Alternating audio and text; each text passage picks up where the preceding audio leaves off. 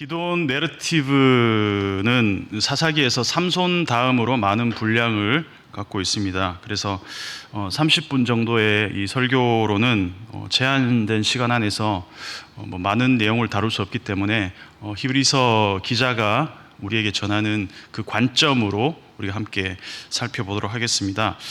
여호수아가 죽은 다음에 이스라엘은 가나안에 정착하고 조금씩 이제 그 땅에서 이제 하나님의 말씀대로 하나님의 또 원리대로 그 땅을 정복하고 또 꾸려 나가는 일들을 하게 됐는데, 여호수아가 죽었기 때문에 어떤 리더십은 약간 어떻게 보면 무주공산이 된 거죠. 그래서 어떤 확실한 한 사람의 리더십을 가지고 이스라엘이 이끌어가는 그런 체제가 아니었습니다. 조금씩 가나안 사람들의 관습을 이렇게 본받아 가면서 이스라엘 사람들이 가나안 땅에 들어간 의미가 조금 희석되는 그런 시간들이 반복되면서 하나의 사이클이 생겼습니다. 이스라엘이 가나안의 우상들을 따르게 되고, 또 그렇게 되면서 하나님이 이방의 손에 이스라엘을 넘겨주게 되고, 그러면 또 이스라엘은 그들의 압제에 못 견디겠다고 부르짖고, 그러면 하나님이 그들을 사사를 통해서 구원해 주시고, 그래서 악을 행하고 하나님이 이방인의 손에 넘기고 못 살겠습니다. 그러면 하나님이 구원해 주시고, 이 사이클이 조금 반복되다가 이 사이클이 한번 깨지는 계기가 있는데, 그게 바로 기드온에서 깨집니다. 3장 9절을 보면 이스라엘 자손이 여호와께 부르짖음에 여호와께서 이스라엘 자손을 위하여 한 구원자를 세워 부르짖고 바로 구원자를 세웠습니다. 그게 온일이었고요. 3장 15절을 보면 이스라엘 자손이 여호와께 부르짖음에 여호와께서 그들을 위하여 한 구원자를 세우셨으니 에훗을 세웠습니다. 그 다음에 이제 드보라를 이스라엘의 사사로 세우시는 과정도 같습니다. 근데 6장에서 이 사이클이 한번 깨져요. 6장 8절을 같이 한번 읽어볼까요? 6장 8절을 한번 읽어보겠습니다. 시작. 여호와께서 이스라엘 자손에게 한 선지자를 보내시니 그가 그들에게 이르시되, 이렇게 뒤에는 쭉 이제 그 내용들이 나옵니다. 이스라엘 자손이 부르짖었을 때, 미디안 때문에 못 살겠다 이러면서 부르짖었을 때 즉각적으로 구원자를 보내주신 대신에 누구를 보내십니까? 선지자를 보내십니다. 구원자는 행동하는 사람이고 선지자는 말을 하는 사람이잖아요. 그래서 이런 거죠. 아이가 놀이터에서 놀고 있다가 이렇게 넘어졌어요. 그럼 엄마가 멀리서 보고 있다가 달려와서 흙을 틀어주고 이렇게 세워주고, 또 다음 날도 놀고 있다가 또 넘어졌어요. 그럼 또 와서 틀어주고 세워주고 하다가 이게 반복되다 보니까 이게 사이클이 생긴 거예요. 그래서 아이가 이제 넘어지면 엄마가 와서 털어주고 이렇게 주는 대신에 먼저 얘기를 하는 거예요. 너가 넘어지는 이유가 있다. 너가 조금 주의를 해야 된다. 이런 식으로 먼저 말을 한다는 것이죠. 그러니까 바로 해결해 주는 대신 진단을 한다는 것이죠. 그러니까 선지자를 보내서 하나님이 무엇 때문에 너희가 이런 악순환을 겪고 있는지, 무엇 때문에 이방인들이 너희들에게 이렇게 압제를 하게 되었는지 그 원인들을 쭉 이야기하시는 게 6장 8절부터 9절, 10절까지 이야기를 한다는 것입니다. 왜 이스라엘을 미디안의 손에 하나님이 넘기셨느냐, 그 진단을 하시는데, 내가 너희를 애굽의 종되었던 집에서 나오게 하고 내가 너희를 건져내고 내가 너희에게 이 땅을 주었고 내가 너희의 하나님 엘로힘이 되었는데 너희는 다른 신들, 그 땅의 신들을 엘로힘으로 섬겼다. 근데 너희가 결국은 내 목소리를 듣지 않았다. 이스라엘이 애굽에 종살이 하고 있었을 때 이스라엘을 학대하는 애굽 사람들의 손에서 건져내신 준 분이 하나님이셨다는 거죠. 애굽의 손에서 건져내셨는데, 근데 하나님이 애굽의 손에서 직접 건져내셔놓고 이제는 누구의 손에 붙이셨습니까? 미디안 사람들의 손에 넘겨주셨다는 거예요. 사사기 6장에서 뭐 뒤에도 계속 나오지만 6장, 7장, 8장 보면 손이라는 이 표현이 26번 나옵니다. 26번. 제가 다 찾아봤습니다. 여러분도 한번 찾아보시기 바라겠습니다. 이게 손이 계속해서 반복된다는 것은 뭔가 어떤 손이라는 메타포가 주는 의미가 있다는 거겠죠. 어릴 때 제가 아버지한테 이제 뭐 잘못을 했건 아니면 뭐 어떻게 했든 회초리를 맞을 거 아닙니까? 그러면 회초리를 맞고 난 다음에 우리 아버지가 또 밤 되면은 때린 손으로 저를 이렇게 쓰다듬어 주세요. 아, 우리 아들. 그러면서 그러면 그때 어린 때 심정으로 이게 맞나? 나를 맴매한 손으로 내가 이렇게 위로를 받는 게 맞나? 그래서 약간 감동도 되고 어떨 땐 좀 억울하기도 하고 좀 그런 거예요. 성경에서 손이라는 메타포가 지금도 그랬지만 6장, 7장, 8장에서도 그렇지만 하나님의 징계, 어떤 손에 어떤 이방 열국의 손에 이렇게 넘기시는 그런 징계의 수단으로 쓸 때도 있지만 때로는 구원의 수단으로 쓸 때도 있다는 거죠. 그러니까 양날의 검 같아요. 손이라는 어떤 그 의미가 회초리 맞았던 기억이 또 설교 외화로 이렇게 쓰여질 줄은 또 꿈에도 버릴 게 없는 것 같습니다.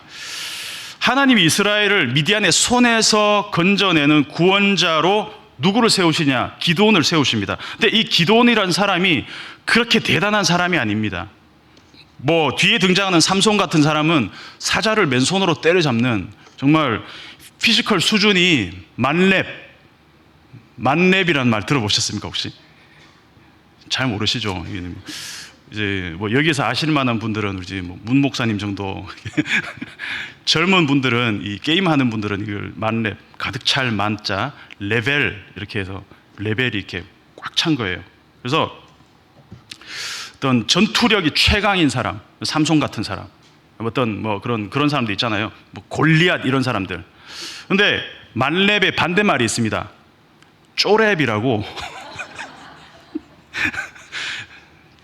제가 쓰는 말은 아니고요. 그러니까 인터넷에서 이렇게 돌아다니는 말들이에요. 이게 뭔가 레벨이 쪼그라들었다. 뭐 이런 표현으로 쓰는 것 같아요. 근데 삼손 같은 사람이 만렙이었다면 이 정말 기드온은 이 저렙, 이게 레벨이 정말 쪼렙 낮은 사람이었다는 거죠. 출신이 변변찮았어요. 스스로 그렇게 생각했습니다. 겁도 많았습니다. 하나님이 기드온을 부르실 때 기드온이 뭐라고 했었냐 하면 밀타작을 하고 있었는데 그것도 미디안 사람들한테 들킬까봐 밀타작 마당에 사는 게 아니라 어디서 하고 있느냐? 포도주 틀에서 하고 있다는 거예요. 그러니까 밀을 타작하려면 제가 뭐 그림을 준비했는데 보시면은 탁 트인 공간이 필요하잖아요. 근데 그 트인 공간에서 하면 미디안 사람들이 와서 홀라당 다 가져가 버립니다. 그러니까 먹고 살만한 어떤 모든 것들은 다 가져가 버리니까 몰래 그래서 밤중에 이렇게 막 포도주 틀에서 이렇게 뺏길까봐. 그래서 6장 3절에서 4절까지 보면 이스라엘이 파종한 때면 미디안과 동방 사람들이 치러 올라와서 먹을 것을 남겨두지 아니하며, 참 못된 사람들이죠. 생존권은 보장해 줘야 되지 않겠습니까? 애굽에 살 때는 그래도 신부는 뭐 그랬지만 노예였고 종살이를 했지만 먹고 사는 거는 그래도 해 줬어요. 근데 이 미디안 사람들은 파종 때만 골라서 쳐들어왔다는 거예요. 얼마나 좀 이렇게 좀 악랄한 사람들입니까? 그래서 어쩔 수 없이 먹고 살기 위해서 몰래 숨어서 그 좁은 포도주 틀에서 밀타작을 하고 있었던 이 기드온의 모습이 지금 이스라엘의 현실이라는 겁니다. 근데 그런 와중에 하나님이 찾아와서 뭐라고 하냐 하면은 밀타작하고 있는 이 기드온을 찾아와서 너의 힘으로 이스라엘을 구원해라 이렇게 얘기합니다. 기드온이 이 얘기를 듣고 너무 황당한 거예요. 근데 하나님이 이런 식으로 찾아오는 것 같아요. 하나님이 누구를 찾아가실 때는 그냥 갑자기 양치고 있는 사람 갑자기 찾아가셔서 네가 이스라엘 구원해라. 얼마나 황당하겠습니까? 고기 잡던 사람 나를 따르라. 그러면 고기 잡다 말고 그냥 검을 버려두고 예수님 따라가는 겁니다. 노래만 하던 사람 노래만 저 같은 사람입니다. 노래밖에 모르고 살았던 사람 갑자기 부르시면 할렐루야 주님 저를 드디어 제가 준비되어서 이제 제가 이렇게 뭔가 어떤 레벨을 이렇게 꽉 가득 채워서 만렙이 되었을 때 이제는 주님이 저를 부르시는군요 이가 아니라 아무 생각 없을 때 그냥 부르시는 거예요. 답은 간단합니다. 왜 이런 사람들을 부르실까라는 것이죠. 하나님이 다 하신다라는 것을 보여주기 위해서라는 것이죠. 훈련이 잘 된 사람을 선발하는 것이 아니라 일단 부르신 다음에 하나님이 하시는 일들을 그냥 믿고 따라가게 하신다는 거죠. 우리가 사람들을 리크루트하는 방법하고는 조금 반대죠. 순서가 뭐 회사라든가 대기업, 스포츠 구단 같은 데서 사람을 뽑을 때 어떤 사람을 뽑습니까? 경력이 있는 사람, 그 분야에서 탁월한 만렙인 사람들, 그리고 즉시 전력으로 쓸 수 있는 사람들을 스포츠 구단이라든가 아니면 대기업에서 뽑아갈 겁니다. 근데 하나님은 그렇지 않습니다. 하나님은 그냥 육아만 하고 있는 사람들을 그냥 불러요. 나 아이만 보고 있었는데. 근데 그런 사람 하나님 쓰신다는 겁니다. 저 같은 사람도 하나님이 쓰시더라는 겁니다. 근데 여기에서 기드온이 물음표를 갖고 있습니다. 하나님 저를 부르셨군요. 드디어 이러면서 이렇게 준비하고 나오는 것이 아니라 두 가지 물음표를 갖습니다. 하나는 6장 13절을 같이 한번 읽어볼게요. 6장 13절 조금 길지만 시작. 기드온이 그에게 대답하되 오 나의 주여 여호와께서 우리와 함께 계시면 어찌하여 이 모든 일이 우리에게 일어났나이까? 또 우리 조상들이 일찍이 우리에게 이르기를 여호와께서 우리를 애굽에서 올라오게 하신 것이 아니냐 한 그 모든 이적이 어디 있나이까? 이제 여호와께서 우리를 버리사 미디안의 손에 우리를 넘겨주셨나이다 하니. 기드온이 지금 하나님한테 뭔가 좀 맺힌 게 많은 것 같아요. 섭섭한 게 많은 것 같습니다. 자기를 찾아오신 하나님께 느낌표 대신 물음표를 제시하고 있는 거죠. 어디 계시다가 지금에서야 왜 하필 그도 나를. 그래서 하나님이 14절에서 그렇게 얘기하십니다. 너의 힘으로 이스라엘을 미디안의 손에서 구원하라. 내가 너를 보낸 것이 아니냐 이렇게 얘기합니다. 그러니까 이제는 기드온이 하나님에 대한 물음표를 자기 자신에 대한 물음표로 다시 한번 질문을 합니다. 스스로를 쪼렙으로 저렙으로 여기고 있다는 것이죠. 15절 한번 읽어볼게요. 그러나 기드온이 그에게 대답하되 오 주여 내가 무엇으로 이스라엘을 구원하리이까? 보소서 나의 집은 므낫세 중에 극히 약하고 나는 내 아버지 집에서 가장 작은 자니이다. 극히 약하고 가장 작은 자입니다. 보통 자존감이 낮거나 아니면 두려움이 많을수록 자기 자신이 처한 상황을 조금 더 극단적으로 표현하는 경향이 있어요. 기드온이 딱 그런 사람입니다. 극히 약하고 가장 작은 자, 가장 어린 자, 연소한 자라는 뜻입니다. 자존감도 바닥이지만 겁도 많습니다. 그래서 포도주 틀에서 몰래 숨어서 밀타작하는 모습만 봐도 그렇고 6장 27절을 보면 번제를 드릴 때도 사람들이 두려워서 밤에 행하던 사람이 바로 기드온이었다는 사람인 거죠. 근데도 불구하고 여러분, 그런 기드온을 위해서 하나님이 온갖 방식으로 기드온을 설득하고 계시는 장면들을 우리가 볼 수 있습니다.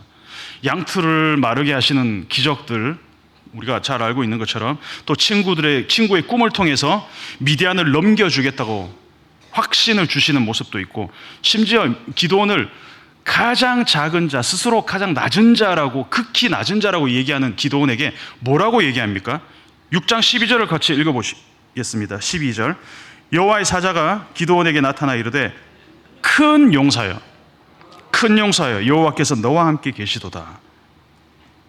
여러분 6장 12절과 15절에서 기드온을 향한 하나님의 관점과 기드온 스스로가 자기를 객관화하는 이 모습이 완전히 반대되고 있는 걸 보실 수 있으시겠죠. 그게 뭐가 정확할까요? 기드온 개인의 기질, 환경, 출신, 어떤 지파 이런 것들을 고려하면 기드온이 자기 자신을 객관화하는 그게 팩트일 수 있습니다. 그게 맞을 수 있습니다. 근데 하나님이 함께 하신다면 이 이야기가 완전히 달라진다는 것이죠. 그래서 하나님이 함께 하시는 그때부터 지극히 작은 자, 두려움에 떨어서 밤중에 포도주 틀에서 밀타작을 하고 있는 기드온 같은 사람조차도 하나님은 전투력 만렙의 큰 용사로 부르신다는 것입니다. 근데 여기에 단계가 필요가 없어요. 조금씩 쌓아나가서 어떤 스펙이나 어떤 레벨을 조금씩 쌓아나가서 뭔가가 되는 것이 아니라 하나님이 함께 하시고 부르시는 그 순간 그냥 레벨이 수직 상승된다는 것이죠. 관로에서 아멘 크게 이렇게 나와 있는데 아무도 아멘을 안 하시죠. 여러분 이것이 기드온의 이야기일 뿐만 아니라 저와 여러분의 이야기도 된다는 것을 믿었으면 좋겠습니다. 이 하나님이 지금도 우리를 지극히 작은 자, 낮은 자, 내가 뭘 하겠어? 나는 지금 이거나 하고 있는데, 아이나 보고 있는데, 나는 뭐 지금 직장이 없어서 지금 직장 들어갈 준비는 몇 년째 하고 있는데, 학교를 못 들어가서 몇 년째 나는 재수, 삼수, 사수를 하고 있는데 내가 뭘 하겠어라고 했을 때 하나님이 불러내셔 함께 하시겠다고 약속하는 그 순간 그 사람의 레벨은 수직 상승한다는 것입니다. 그래서 마침내 미디안과 전쟁을 치를 준비를 하는 장면이 7장에 나옵니다. 근데 이스라엘의 우리가 잘 아는 장면이잖아요. 사사기 7장.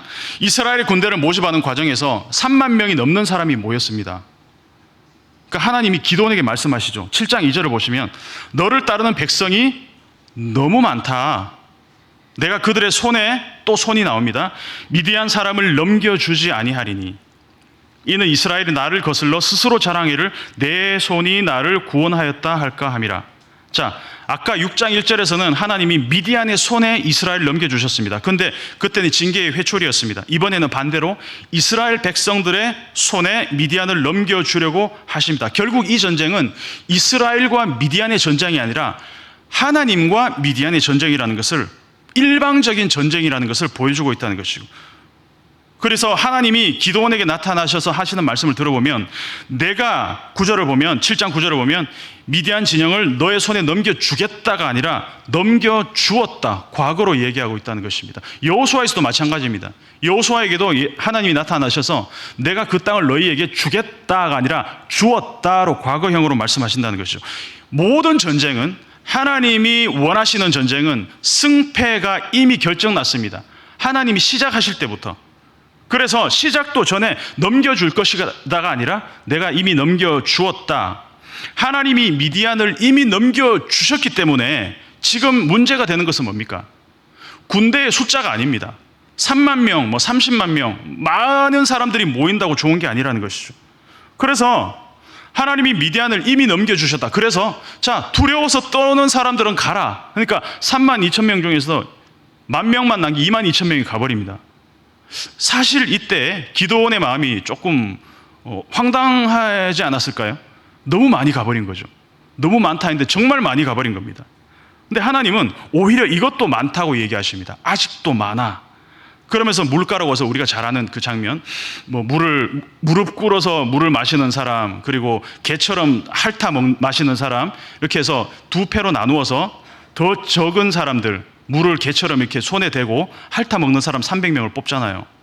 근데 예전에 듣던 설교들 중에 이런 거 있지 않습니까? 왜 무릎을 꿇은 사람들은 이방 신에게 무릎을 꿇었기 때문에 그 사람들은 하나님이 선택하지 않았고, 개처럼 물을 핥아 마시는 사람들은 언제든지 전투를 임할 자세가 되어 있다.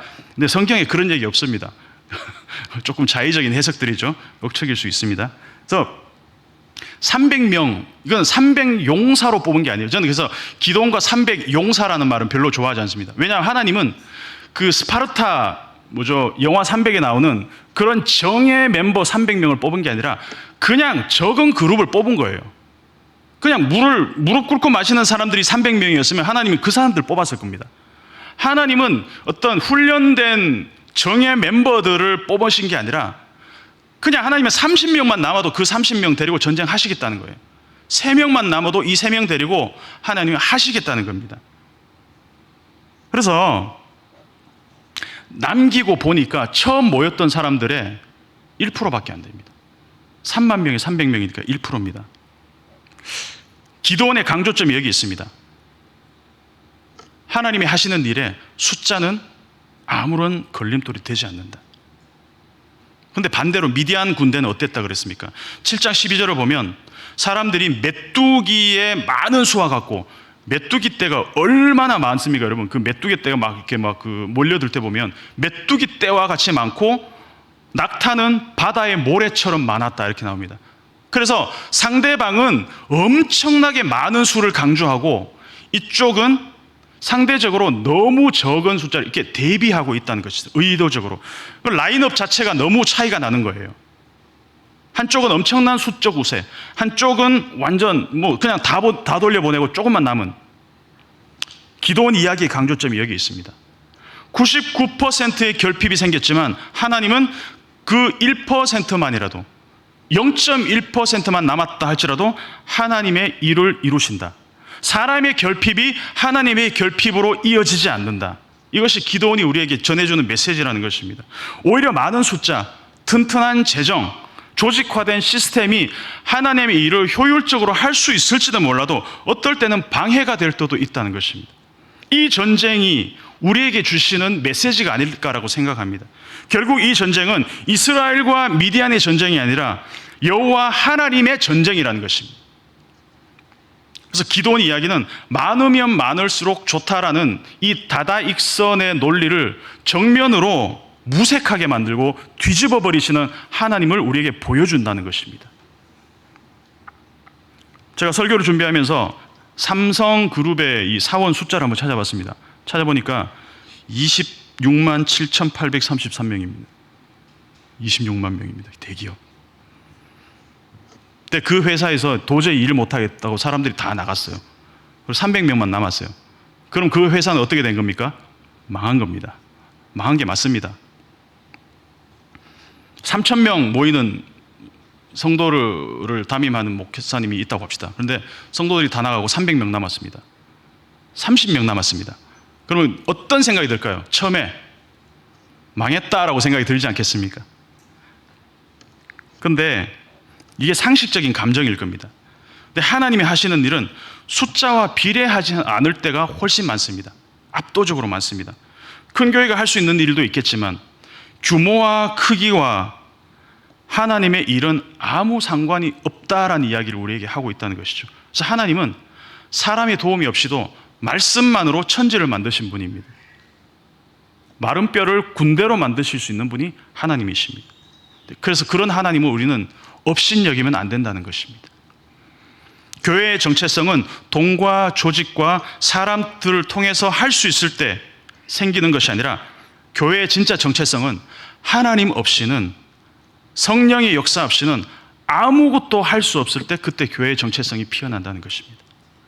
그래서 로마가 크리스텐덤, 교회와 제국이, 정치와 종교가 손을 잡고 기독교 제국이 되었을 때 기독교가 성공했다, 기독교가 부흥했다라고 얘기하지 않습니다. 우린 그때를 다크 에이지라고 부릅니다.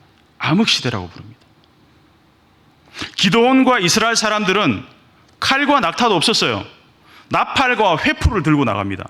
무기 가지고 있는 사람들, 지금 나팔 들고 횃불 들고 뭐 어떻게 하겠다는 겁니까, 이거? 근데 그렇게 갖고 와서 무수한 미디안 사람들을 이겼다고 나오고 있습니다. 왜 그렇습니까? 하나님이 이미 끝내신 전쟁이기 때문에 그렇습니다.